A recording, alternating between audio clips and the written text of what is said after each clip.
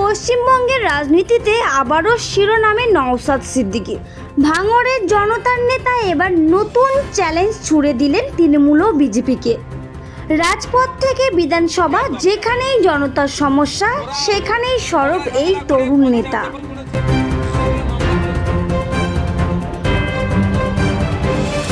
দাবি মাটির মানুষের অধিকার ফিরিয়ে আনতেই চলছে তার লড়াই। রাজনীতির ময়দানে নওশাদের উপস্থিতি এখন আর কেবল ভাঙড়ে সীমাবদ্ধ নয়, কলকাতা থেকে গ্রাম বাংলা প্রতিটি আন্দোলনের জায়গা করে নিচ্ছেন তিনি।